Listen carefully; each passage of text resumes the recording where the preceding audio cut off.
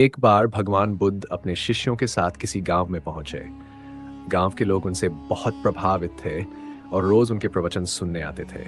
गांव में एक युवा लड़की थी जो बेहद सुंदर थी, लेकिन उसका स्वभाव गुस्से और घमंड से भरा था।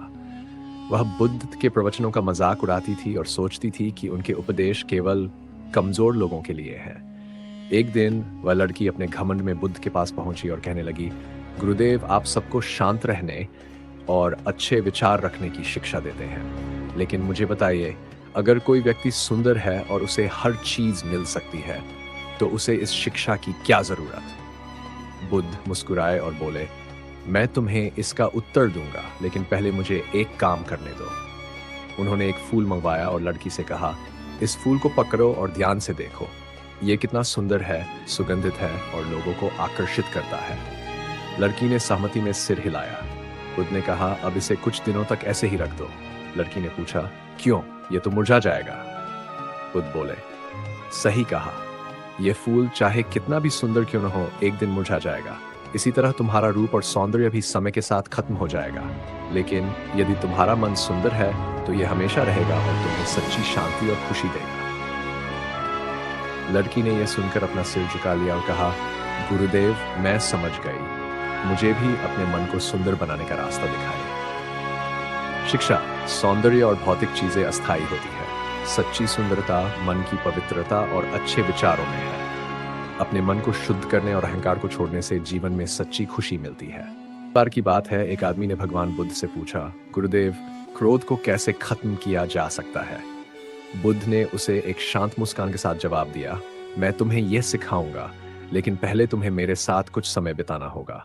उस आदमी ने सहमति दी और बुद्ध के साथ कुछ दिनों तक रहा। एक दिन बुद्ध ने उसे कहा, आज मैं तुम्हें एक प्रयोग सिखाऊंगा। ये देखो, मैं इस खाली कटोरे में पानी भर रहा हूं। जब यह भर जाए तब मुझे बताना। आदमी ने ध्यान से कटोरे को देखा। जैसे ही कटोरा भर गया, उसने कहा, गुरुदेव, यह पूरा भर चुका है, अब और पानी नहीं डाला जा सकता। बुद्ध मुस्कुराए और कटोरे को दिखाते हुए बोले, यह कटोरा तुम्हारे मन की तरह है। जब यह क्रोध, नफरत और असंतोष से भरा होता है, तो इसमें शांति और प्रेम के लिए कोई जगह नहीं बचती।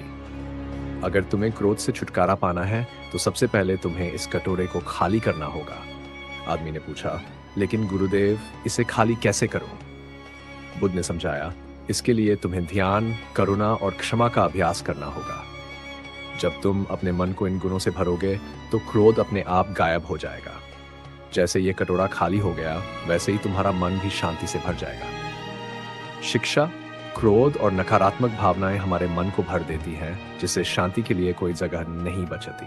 हमें इन भावनाओं को छोड़कर अपने मन को अच्छे विचारों और गुणों से भरना चाहिए। एक बार भगवान बुद्ध अपने शिष्यों के साथ एक गांव में पहुंचे। वहां के लोग बुद्ध के प्रवचन सुनने के लिए उत्सुक थे। एक दिन जब बुद्ध अपने शिष्यों के साथ बैठे थे, तो एक व्यक्ति उनके पास आया। वह बहुत गुस्से में था और बुद्ध को अपशब्द कहने लगा। बुद्ध ने उसकी बातों का कोई जवाब नहीं दिया और शांत बने रहे। जब वह व्यक्ति और अधिक गुस्से में अपमान करने लगा, तो बुद्ध ने मुस्कुराते हुए उससे पूछा, यदि कोई व्यक्ति किसी को उपहार दे और वह व्यक्ति उस उपहार को न ले, तो वह उपहार किसका रहेगा? वह व्यक्ति चौंक गया और बोला, जो उपहार दे रहा है उसी का रहेगा। बुद्ध ने मुस्कुराकर कहा, सही कहा।